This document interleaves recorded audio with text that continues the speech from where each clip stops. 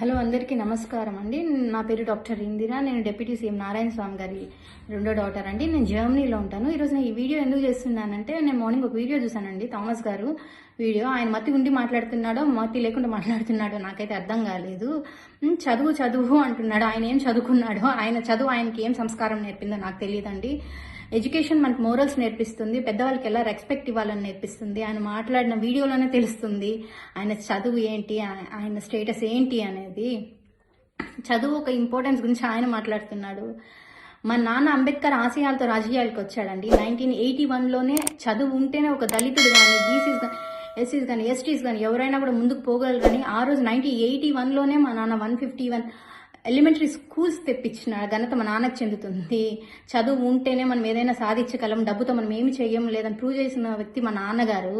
మా నాన్నగారి గురించి మాట్లాడే అర్హత అస్సలు మీకు కొంచెం కూడా లేదండి. మాట్లాడుతున్నారు గుమస్తా అన్నారు. మా నాన్న సర్పంచ్ నుంచి డిప్యూటీ సీఎం స్థాయికి ఎదిగారు. ఈ స్థాయికి ఎదిగారంటే ఆయన విలువలు, విశ్వనీయత కలిగిన రాజకీయం చేసినాడు కనుక ఈ రోజు వరకు ప్రజలు మమ్మల్ని ఆదరించారు, ఆయన ఇంత పెద్ద స్థాయిలో నిలబెట్టారు. రాజశేఖర రెడ్డి గారు ఉన్నప్పటి నుంచి మా నాన్న నిజాయితీ చూసి ఆయన ప్రతిసారి మా నాన్నకే సీట్ ఇచ్చి మా నాన్న గెలిపించారు. మా నాన్న సిన్సియారిటీ, పేదలకి సేవ చేయాలి, రూపాయి ఆశించకుండా సేవ చేయాలి అన్న ఆలోచనని గౌరవించి జగన్మోహన్ రెడ్డి కూడా మమ్మల్ని ఈరోజు డిప్యూటీ సీఎం స్థాయికి ఇంతమంది ఎస్సీ లీడర్స్ ఉన్నా కూడా మా నాన్నకి ఇచ్చి, మా నాన్న ద్వారా ప్రజలకి సేవ చేయించగలము అని పార్టీ ద్వారా నిరూపించిన వ్యక్తి జగన్మోహన్ రెడ్డి గారు. మీరు ఈ రోజు డబ్బుల కోసం డబ్బులు ఇచ్చి సీట్ తీసుకొని మీరు దాని గురించి మాట్లాడుతున్నారు కనుక మీరు విలువలు లేని మాటలు ఎన్నైనా మాట్లాడగలరు థామస్ గారు.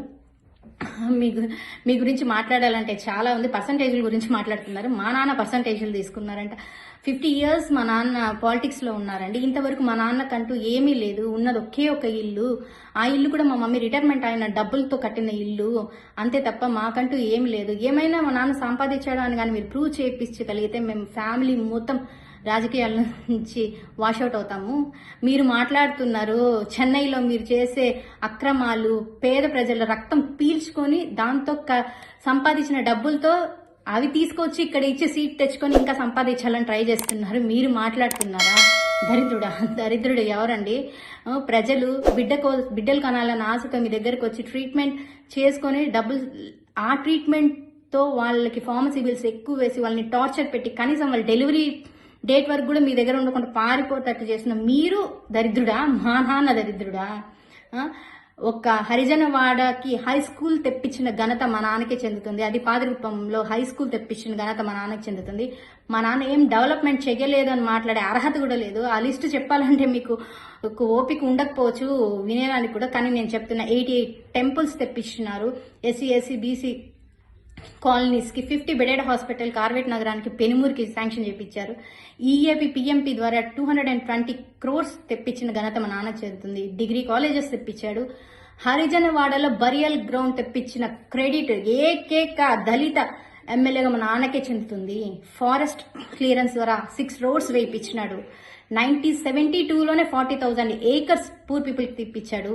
మా నాన్న ఆ రోజుల్లో నుంచి కూడా ప్రజల కోసం బాధపడ్డారు. ప్రజల మీద పడి రక్తం పీల్చుకొని డబ్బులు సంపాదించుకోలేదు. ప్రజలకి సేవ చేయాలన్న దృక్పథంతో మా నాన్న పాలిటిక్స్ చేస్తున్నారు. మీకు మా నాన్నకి నక్కకి నాగలోకం అనుకున్నంత డిఫరెన్స్ ఉందండి. మీరు పోయి మా నాన్న గురించి మాట్లాడుతున్నారంటే అది చూసే వాళ్ళు ఎవరు వెరీ మనుషులు కాదు. జనాలకి చాలా అర్థమైందండి. జనాలకి అర్థమైంది కనుకే మా నాన్నని 50 years గా పాలిటిక్స్ లో పెట్టున్నారు. మీరు ఈ రోజు కొత్తగా వచ్చి మా నాన్న పైన నిందలేసే అది చూసే వాళ్ళకి అందరికీ తెలుస్తుంది. మీరు ఈ రోజు రాజకీయాలకు ఎందుకు వచ్చారు అన్నది ప్రతి ఒక్కరికి తెలుసు. అర్థమైందా? మీరు ఏది పడితే అది మాట్లాడితే నమ్మడానికి వెర్రోళ్ళు ఎవరు ఇక్కడ లేరు. జాగ్రత్తగా ఉండి మాట్లాడండి. ఏది పడితే అది మాట్లాడితే వింటారని మాత్రం అనుకోకండి. మీకు ఆన్సర్ మేము చెప్పాల్సిన అవసరం లేదు థామస్ గారు. ఇంకా 40 days లో ప్రజలే మీకు ఆన్సర్ చెప్పి ఎవరు నీతి నిజాయితీ మంతుడు, ఎవరు ఫ్రాడ్ అనేది ప్రూవ్ చేసి మీకు చూపిస్తారు. Wait and see. జై జగన్. Thank you.